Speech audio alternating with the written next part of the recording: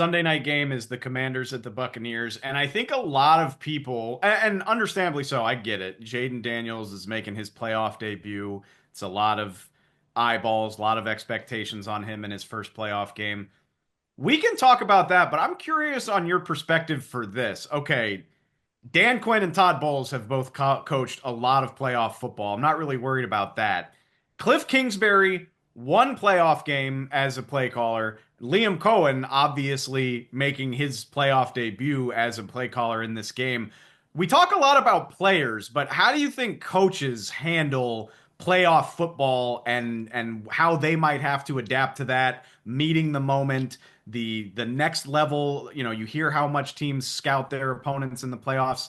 How do you see that? Is that am I making too big of a deal of that, or is that like a sneaky storyline here with guys getting used to that stage? No, I think there's definitely a lot of relevance to that. I think that's real. I think when you look at the job that Kingsbury and Liam Cohen have done for their respective offenses, there's a reason that those two names are going to get kicked around to get head coaching opportunities, at least interviews.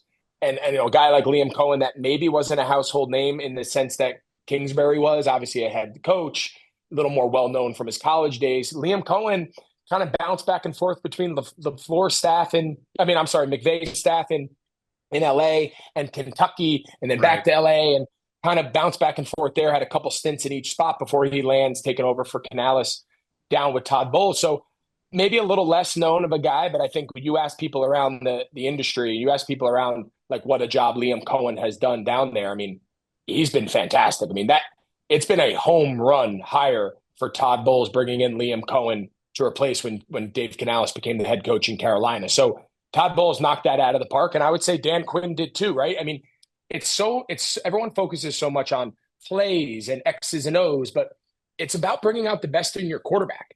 And you look at what Kingsbury did, and he obviously had a lot of experience at the college level, that style of game, and he also had the ability to coach a young quarterback in Kyler Murray and bring him into the league and kind of do some things right, do some things wrong in his time in Arizona. And now he brings in a guy like Jayden Daniels, and you say, okay, what past lessons did I learn from my time with Kyler? How do I build this offense around the skill sets that are unique to Jayden Daniels versus maybe some other quarterbacks and bring some of the college, some of the NFL, and blend that together where it's not so much a Cliff Kingsbury offense as much as it is a Jayden Daniels offense operated by Cliff Kingsbury. And you see kind of elements of all of their backgrounds blended into one. So I think the offenses in that matchup are the stories. I think that Baker Mayfield season's been remarkable. Jayden Daniels has been remarkable. There's weapons all over. Terry McLaurin, Mike Evans. I think Todd Bowles is obviously a defensive guy. I think that Tampa defense is kind of beat up. They haven't been as dominant as we've seen in past years under I Todd wanted to Bowles. mention So, that to you. I'm glad you brought it up. I mean, 180 yards at halftime to the Spencer Rattler Saints the other day. I mean, and injury is a big part of it. I get it, but I worry about this Tampa defense. I think people associate Todd Bowles with great defense, and he is a great defensive coach, but I don't know if the horsepower is there. Like this feels like a yeah, first to 28 or 30 points win sort of situation.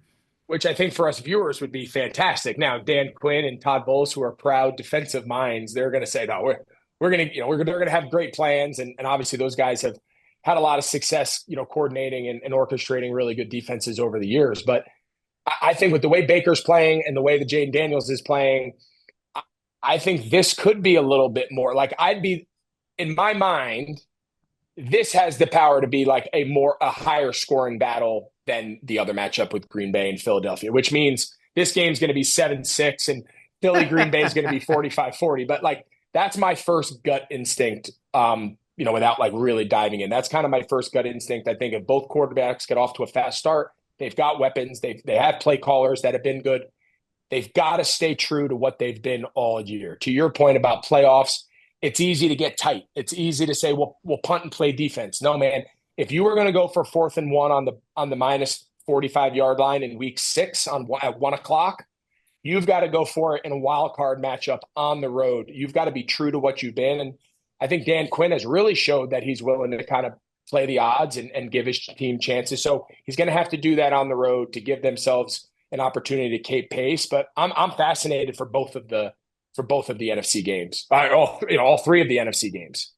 It's funny juxtaposition of Tampa and Washington have these explosive offenses with these, young play callers, but it's going to be two very veteran, two very defensive minded head coaches who have the final say of what ultimately happens. And yeah, that is a fascinating wrinkle of who's going to meet that moment the best. Because especially in the case of Todd Bowles, I mean, we've seen a few games this year where he opted for the conservative road on a big national TV spot. So I'm not going to be surprised if we're talking about something like that again on Monday morning.